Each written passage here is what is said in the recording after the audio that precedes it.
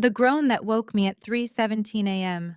was the kind of sound old houses make when they are about to confess. Not a settling creak, not a winter sigh, something deeper like a throat clearing after years of silence. I lay there in the half-dark listening to the hush between the radiator's breaths and felt the timbers of our three-story Queen Anne hold its breath with me. It used to be my husband who got up at odd hours to check on these things. After his death, I taught myself the language of pipes and floorboards and midnight drafts. But this sound felt like a word I didn't know. I am a 48-year-old woman who spends her days translating the past for other people, an archivist at the State Historical Society, a widow with 2 grown kids and a garden that refuses to die. My name is Elena Hart, and until yesterday I thought I was good at telling the difference between a house with secrets and a marriage with none. By noon, the contractors had stripped the basement wall back to brick. They were only supposed to open a small section where moisture bubbled the paint a quick repair before the realtor took photographs next week. We've lived in this house on Hawthorne Street for 12 years. No, that's not right. I have lived in this house for 12 years. Caleb, my husband, brought me here the summer after his father died, insisting we could give the place new life while keeping its bones. It was his pride, he told me back then, sweeping sawdust from the library window seat, and it can be ours. I believed him because faith in small domestic promises had been my superpower. That and the way he kissed the crown of my head when he passed behind my chair like a habit he'd chosen on purpose.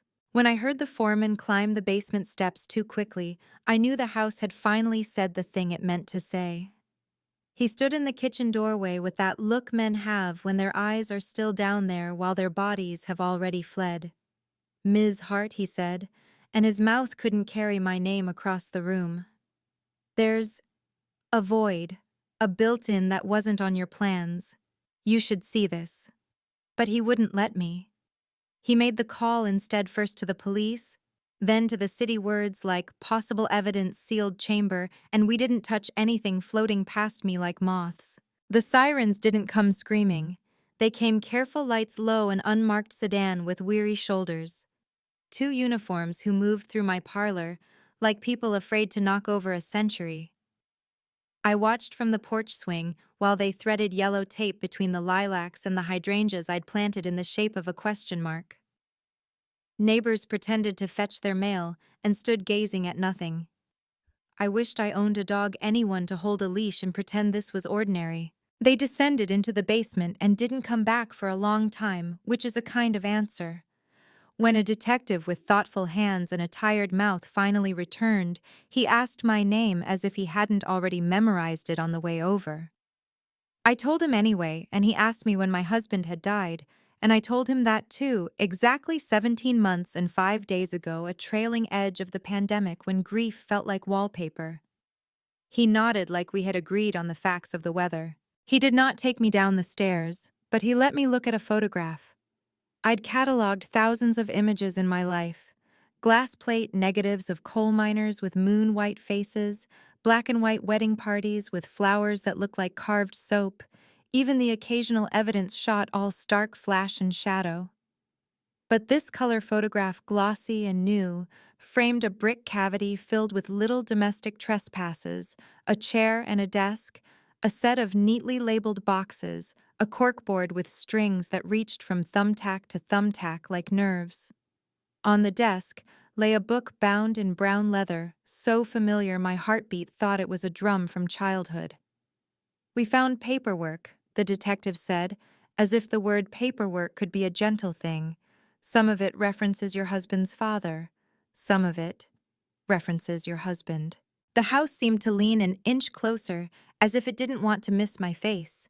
I made myself stand straighter. In history school, they teach you to respect the page, to let the ink confess itself without your need scrawled over it. I asked what the papers said. He told me they were still reading. He told me they were careful. He told me this might be nothing more than a hidden room, the kind rich men used to build for secrets that were only embarrassing, not criminal. He told me all of that to be kind. I told him I'd like to see the journal when he felt it was appropriate. He looked at me the way people look at women who have already imagined the worst and found breath anyway. This is the part where I tell you that I always sense something, because it fits better in a story. If the woman says she felt a draft of truth under a locked door, but the living truth is uglier, I sensed nothing. Or rather, I sensed 1,000 little things that I chose to call other names. The way Caleb kept the library door angled half closed when he was grading essays for the adult learning center he volunteered with. The way he'd touch the old grandfather clock like it was a throat he could soothe. The way he never let me reorganize the lower shelves, saying he'd already done it in his system. The way he flinched if I teased him about keeping secrets, then laughed too quickly. I called those things love's eccentricities. I called them privacy. I called them marriage. They brought the journal up in a plastic sleeve, the leather cracked along the spine, the corners polished by a particular pair of thumbs. "It looks like your father-in-law's," I said, and heard how that sounded possessive and foolish, like a daughter who'd married a family rather than a person. Arthur Hart's daybooks were always leather, always dated in pencil on the flyleaf. The detective tilted his head. "You've seen his hand. An archivist sees everyone's hand," I said, and for a flicker of a second I felt like myself. He nodded permission. I didn't remove the book from its sleeve, but the first page faced me like a mirror anyway. Private record of A. Hart, 1965 to 1979. Beneath that, in a smaller hand I recognized as Caleb's, a neat annotation in blue fountain pen indexed by CH 2011. "The way grief works is that it is greedy. Even in shock, it tries to steal the evidence from the present to build its case for the past." My mind, all archivist reflex, began to make boxes and labels. Why would my husband index his father's private record and then hide it behind a false wall? Why would he leave this breadcrumb of his own initials quiet as a cough?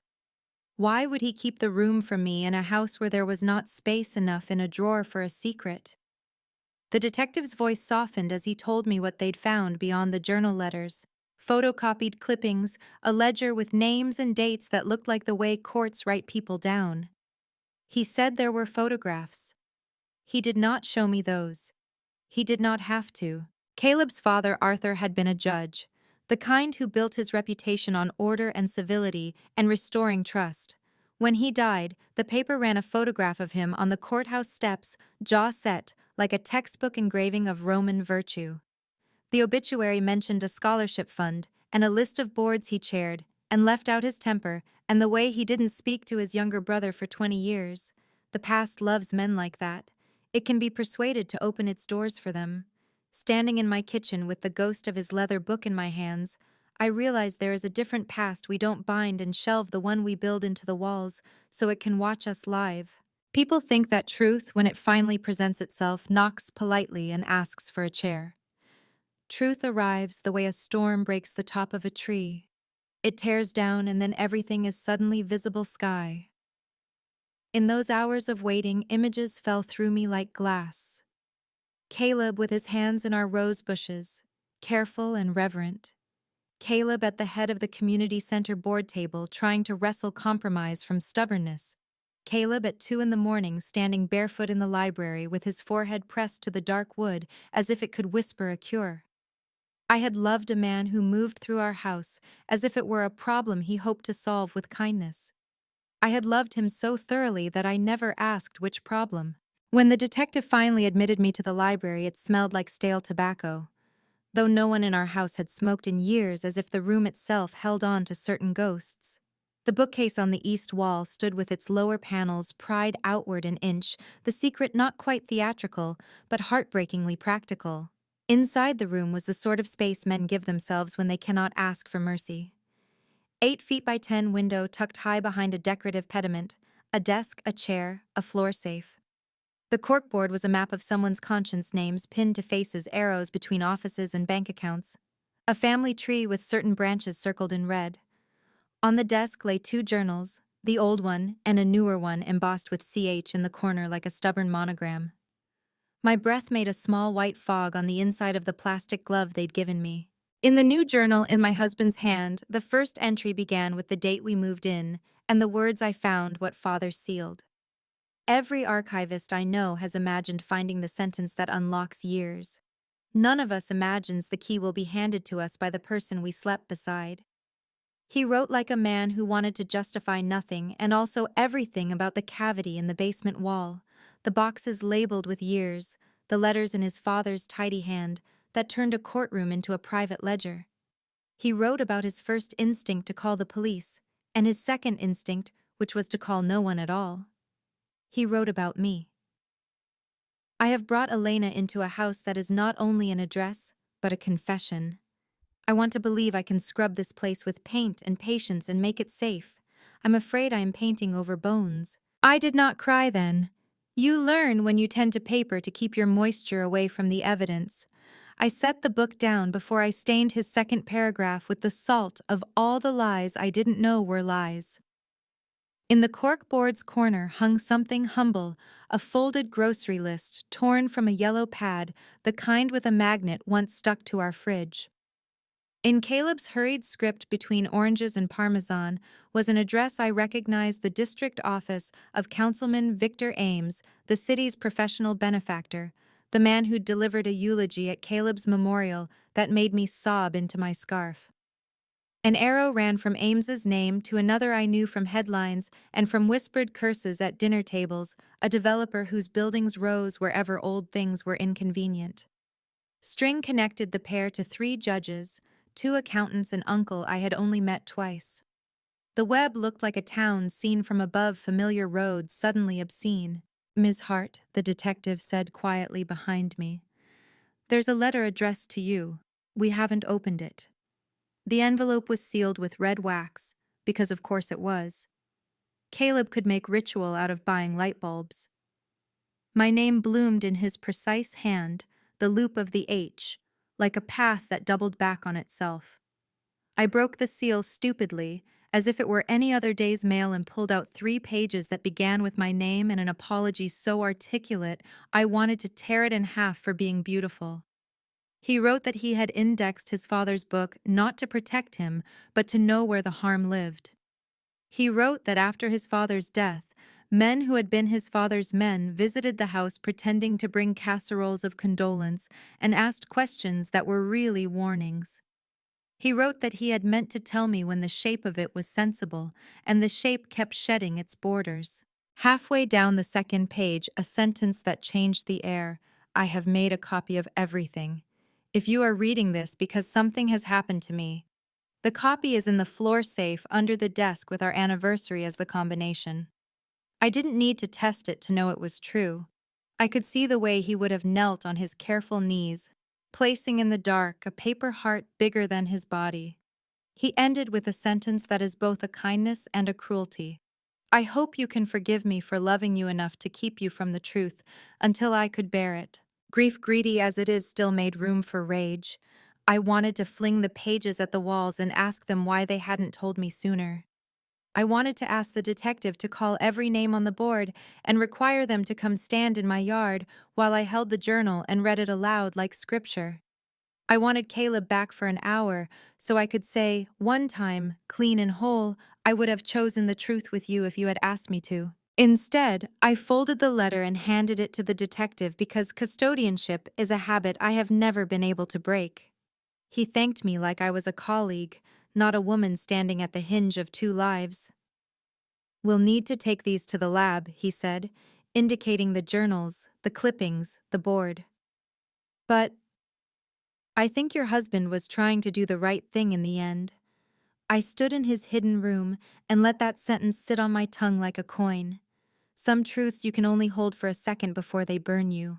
At dusk, the house softened around us, as if it wanted to insist that it was still a house radiator, ticking trees touching the roof like a palm. The grandfather clock's face reflecting the last of the light. The detective asked where I would stay tonight, and whether there was family nearby, and I said yes to both, because practicality is the rope you keep coiled by the door for exactly this kind of fire. When he walked me to the porch, he paused as if listening to something in the grass. Ms. Hart, he said carefully, if there is anything unusual that you recall about the days leading up to your husband's death, any meetings, Any phone calls, write them down for me. Small things matter when the seam opens. On the way to my sister's, we passed the councilman's office, its corner windows dark like eyes shut against a bright truth. I thought of the address in Caleb's handwriting, the neat arrow pointing where a decent man would never want it to point. I thought of how often I had sat in meetings where we discussed preserving heritage and how none of us meant the kind of inheritance that seeps through mortar. In the passenger seat, I opened my notes app and typed what I'd been avoiding: the date Caleb came home late with a polite public smile that didn't fit his face. The morning I found a flyer for a campaign fundraiser folded into a cookbook. The way he flinched when I suggested we finally sell the house, as if the walls had said his name too loudly. At my sister's door, in the safety of someone who knows your childhood mouth, the first sob ripped through me like fabric torn by hand. She held me, and I let myself be held until the shaking slowed. Then I sat at her kitchen table under the track lighting and began to write. Not as an archivist this time, not as a widow learning the cost of her own tenderness, but as a woman who understands that the only way to stop a story like this from swallowing you is to tell it before it eats its own tail. I wrote the names I knew and circled them. I drew the arrows I could bear to draw. I wrote not for a file, but for the dead and for the living who must learn how to be clean. The morning after the house's confession, I woke in my sister's guest room with my hands still clenched around the imaginary weight of that journal.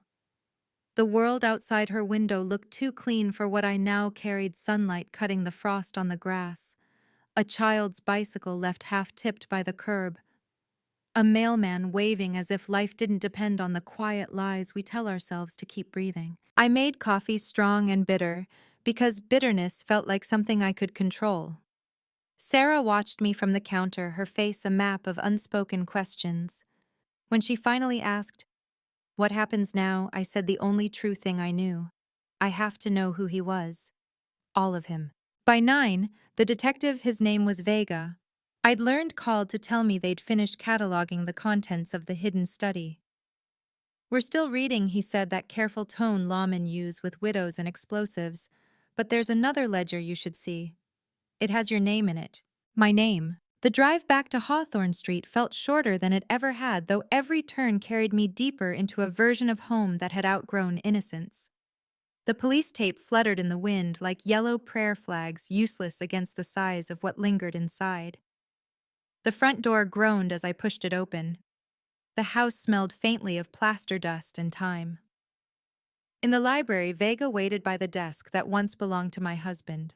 He showed me the second ledger, smaller, newer, Caleb's handwriting running in thin blue lines. Not an index this time, but something between a confession and an archive, names of companies' donation amounts, initials beside dates. He tapped one entry near the middle. "See here." It read, "E. Hart 2016 Foundation Gala, $25,000. I stared at it. "That's the charity dinner," I said slowly. "We hosted it for the Historical Society's Preservation Fund. Caleb insisted on covering half the cost because the board wouldn't approve the catering budget." Vega nodded. "Except the funds came from a shell account. Same account we've traced to 3 other entries involving city contracts and campaign donations. Your husband was moving money quietly. We're not sure yet whether he was part of it or sabotaging it." Sabotaging, the word I clung to. I opened the ledger to a random page. The handwriting changed halfway through, tighter, angrier. I recognized the switch from my years reading archival marginalia, Caleb's father's hand beneath his son's corrections. On one page, a scrawled note: "The woman will ask questions if you keep her too close." On the next, Caleb's neat reply in a different ink: "She already has." I heard myself say he was arguing with a ghost. Vega watched me carefully. "We also found a USB drive hidden in a photo frame, encrypted, but our techs are working on it. If your husband was documenting these transactions, that drive might show who was pulling the strings." I thought of the councilman's address, of the men who brought casseroles that summer, of Caleb's shaking hands when he kissed my forehead after late meetings. Guilt and devotion look identical when you're standing too close. They let me keep one thing, the letter he'd written to me, because it wasn't evidence, just heartbreak.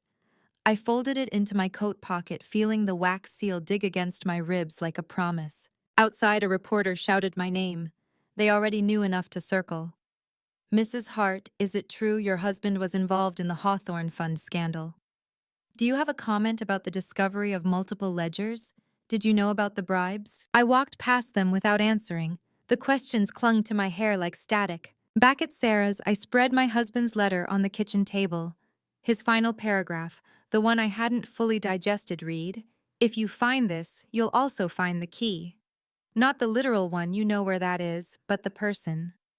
Find the man who taught father how to hide. His name begins with V. V. For a moment, my mind refused the obvious. Then I saw it again, the councilman's letterhead on our fridge that summer, his heavy hand clapping Caleb's shoulder at the gala, his voice booming through the microphone. The Harts are the backbone of this community. Vega, Victor Ames, V for virtue. I called Vega immediately, words tumbling. He listened, then said quietly, "We've been looking at Ames too. He and your father-in-law served on several boards together. But hearing it from you changes how we can proceed. Would you be willing to make a statement?" "More than that," I said. "I want to help." He hesitated. "This isn't safe, Ms. Hart.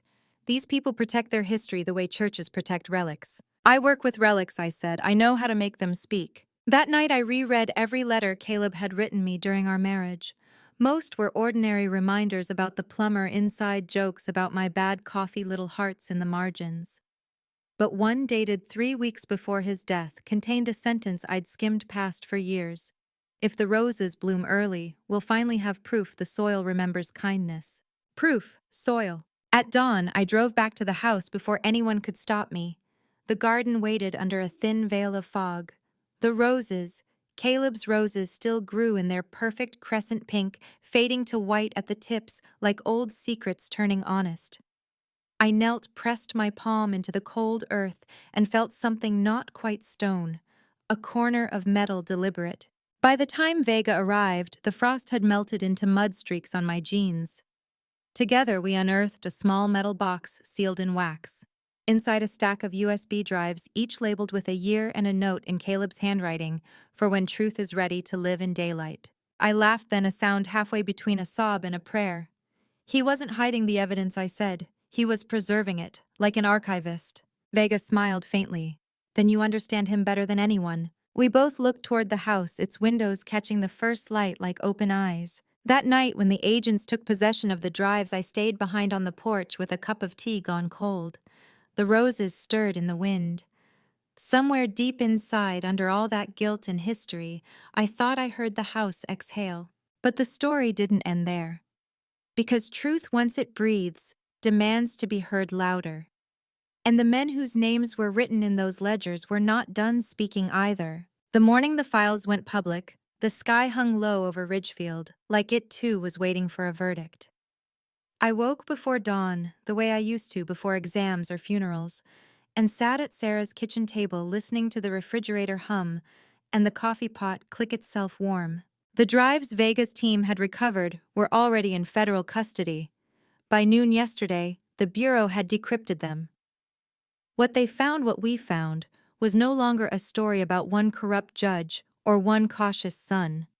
It was a latticework of names and balances stretching 5 decades deep, campaign funds, property deals, cases lost and won in exactly the right way. The men in the photographs on our courthouse walls, the ones I'd walked past for years on my way to the archive, were all there, tied together by arrows and dates. The first leak came overnight. A journalist from the Chronicle, someone I'd known from old preservation events, called me at 2:14 a.m. His voice trembled between apology and exhilaration. "Elena, I need a comment for verification. The documents mention you by name, but it looks like Caleb transferred the money out of the fund before it was used.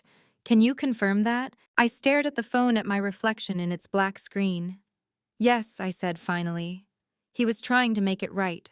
By breakfast, every news site in the state had a variation of the same headline: "Judge's Legacy Exposed, Family Archive Reveals 50-Year Corruption Network." Vega met me at the house at 9. The tape was gone now. The property officially belonged to the investigation, but he'd arranged for me to collect a few personal belongings before it was sealed for good. Inside, everything felt displaced. Drawers, emptied books, tagged every photograph of Caleb a little brighter than it should have been. We'll protect your anonymity for as long as we can, Vega said quietly as we climbed the stairs. But once indictments are filed, it'll come out that your husband preserved the evidence. Then people will know who he really was, I said. That's enough. He paused on the landing. That might not be the whole story. I turned. There's something on one of the later drives, he said. It's encrypted differently. Our techs cracked it this morning. It's a set of audio files recordings Caleb made in the last month before he died. My breath caught recordings. He must have known someone was watching him. He recorded every meeting. The last files timestamped the day before his death. Vega handed me a small tablet and a pair of headphones. We thought you should hear it first. The file opened with the faint scratch of ambient noise chairs shifting a faint hum of fluorescent lights. Then Caleb's voice, calm but weary. Councilman Ames, I need to understand why the same contractors keep winning every bid. The documents my father left suggest. Another voice cut in, smooth and amused. Arthur built a system, Caleb. A system that kept this town running. You of all people should appreciate order. Caleb's reply came sharp. Order built on blood isn't order, it's rot. A pause then, Ames again lower now. Be careful what you call rot. It might be holding up the beams. A shuffle of movement, the scrape of a chair. Then Caleb, you can't threaten me. I've already given copies of everything to someone I trust. Static swallowed the last word. The recording ended. I sat very still, the headphones heavy as iron. He sent the files, I whispered. He sent them before he died. To whom, Vega asked. The answer landed in my mouth before I could think. To me. He meant me. I remembered a package that had arrived 2 days after the funeral, small and nondescript, forwarded from his school address. I'd put it aside unopened because the return label had been smudged. I'd assumed it was condolence mail. Within an hour, Vega and I were tearing through boxes in Sarah's guest room until I found it a padded envelope dated 1 day before his death. Inside a thumb drive and a folded note in Caleb's handwriting. If anything happens to me, trust Vega. The truth belongs to both of you now. Vega exhaled, almost laughing in disbelief. He knew I'd be assigned to this, he said. He must have filed something confidential before he died. The thumb drive contained everything from the councilman's meeting transcripts to photographs of cash transfers, bank statements, even email exchanges between Ames and half the town's leadership. Vega's phone didn't stop buzzing for hours. Every new piece of evidence detonated another corner of Ridgefield's illusion of respectability. By sunset, arrest warrants were being drafted. Councilman Ames was picked up leaving a fundraiser.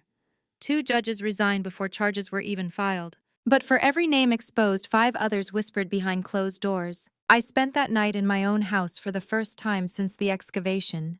The investigators had finished. The silence felt earned. I sat in the library staring at the patched wall where the hidden door had been. The space smelled of lemon cleaner and history. At midnight, I opened Caleb's last notebook. The final entry wasn't dated, just a line written in his steady hand. Truth isn't what saves us. It's what lets us deserve saving. I traced the words with my thumb until the ink blurred. Outside headlights washed briefly across the front yard. For a second I thought it was Vega returning. Then the engine cut and the light died. I stepped to the window. A dark sedan sat idling at the curb, no plates visible. The driver didn't move. I stood there for a long minute, heartbeat loud in my ears until the car eased away into the dark. Maybe it was nothing. A curious neighbor, a journalist, a coincidence. Or maybe the story Caleb started wasn't finished yet. Corruption this old doesn't vanish, it molts. I locked the door and left the lights burning. At dawn, Vega called again. Ames is talking, he said. He's naming names, but there's one you should hear in person. Who's Arthur Hart's partner? The man who built the financial shell companies. A banker named Michael Varner. The name meant nothing to me until Vega added softly, He's your father. The world tilted. For a heartbeat, I couldn't tell if he'd said your or their. Then the phone slipped from my hand and hit the floor like a gavel. The house once again held its breath. The silence after Vega's words didn't just sit, it spread. It filled the corners of the room like rising smoke curling around the edges of every framed photograph, every memory, every inch of my life I'd thought was mine. My father, I repeated, but the words broke halfway out. Michael Varner. That's impossible. My father died when I was 19. He was an accountant, not... Vega's voice softened, but it didn't waver. He was an accountant, yes, but records suggest he wasn't just balancing ledgers. He built them shell companies, false trusts, hidden transfers. Every dollar your father moved on paper made the Wilson corruption network harder to trace. He wasn't part of the Rotz Foundation, Elena. He was the architect who kept it standing. I sat down because my legs didn't trust the floor. The air in the library thickened until I could hear my own pulse drumming in my throat. I had always believed Caleb's family carried the curse that the Hartmen bore the secret, and I had only stumbled into it by loving one of them. But now the line blurred. The Wilson legacy, the Varner accounts, they weren't separate after all. They were two sides of the same coin pressed together in the dark decades before I was born. My father and Arthur Hart, I whispered. They worked together. Vega nodded. We believe so. There are records showing both men incorporated at least 6 companies together between 1965 and 1971. After Arthur's death, those accounts were frozen until Caleb's generation reopened them. I pressed my palms to my temples. So all this time Caleb knew. He knew my family was part of it too. He might have, Vega said quietly, or he might have suspected only after he started digging. If your father's name was buried deep enough, it's possible Caleb discovered it late in his investigation. I thought back to his last months, his distracted dinners, the way he'd pause before saying my name like it carried too much weight. I remembered one night in particular when I'd caught him watching me from the garden, his expression raw, almost frightened. I'd asked him what was wrong. He'd said, "You look so much like him when you think too hard." I'd laughed then, thinking he meant my father's brow or his stubborn quiet. But now that sentence rang like a warning he hadn't known how to give. Vega, I said, steadying my breath. If my father was part of this, if he helped build it, then the money Caleb found, the one he used to fund the preservation gala, it wasn't stolen from his family. It was from mine. Vega met my eyes. That's what it looks like. The truth hit like falling backward through time. My whole life, the scholarships, the family house, the comfortable childhood funded by corruption, disguised as respectability. Caleb had tried to redeem it not just for his father's sins, but for mine. And in doing so, he'd been killed. Is there any proof my father knew? I asked, my voice smaller than I intended. Vega hesitated. There's a letter, unsent, dated 1977, addressed to your mother. He handed me a photocopy, my mother's name written in my father's elegant hand, to Ruth, should the world ever come looking. Inside, the lines trembled with guilt. Arthur says we are securing the town's future, but I no longer recognize the man I am when I sign these accounts. The walls in his basement whisper, Ruth. I think he's gone too far. I don't know how to stop him without destroying us all. I pressed the page to my chest. My father hadn't been a villain. He'd been another coward in a long chain of them, a man who saw the fire but couldn't bear the heat of putting it out. Vega spoke gently. We'll need you to testify, Elena. You're the only person alive who bridges both families.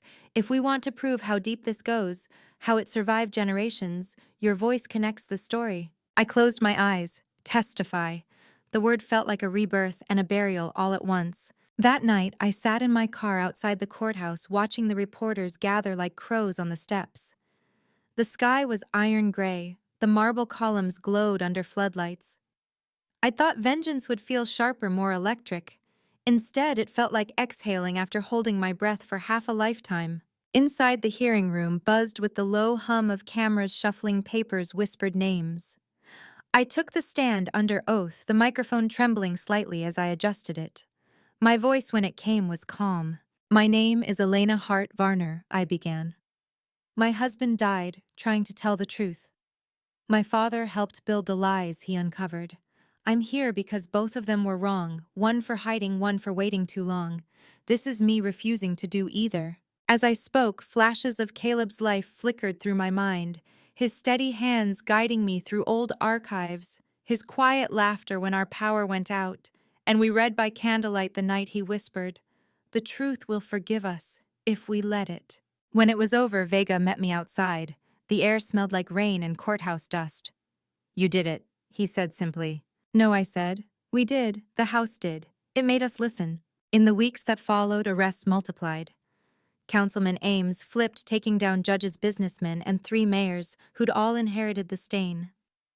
My father's letter was entered as evidence, a testament to the generation that started it and the one that ended it. The state sealed the house on Hawthorne Street as a historical site for preservation of evidence, they said. But I knew better.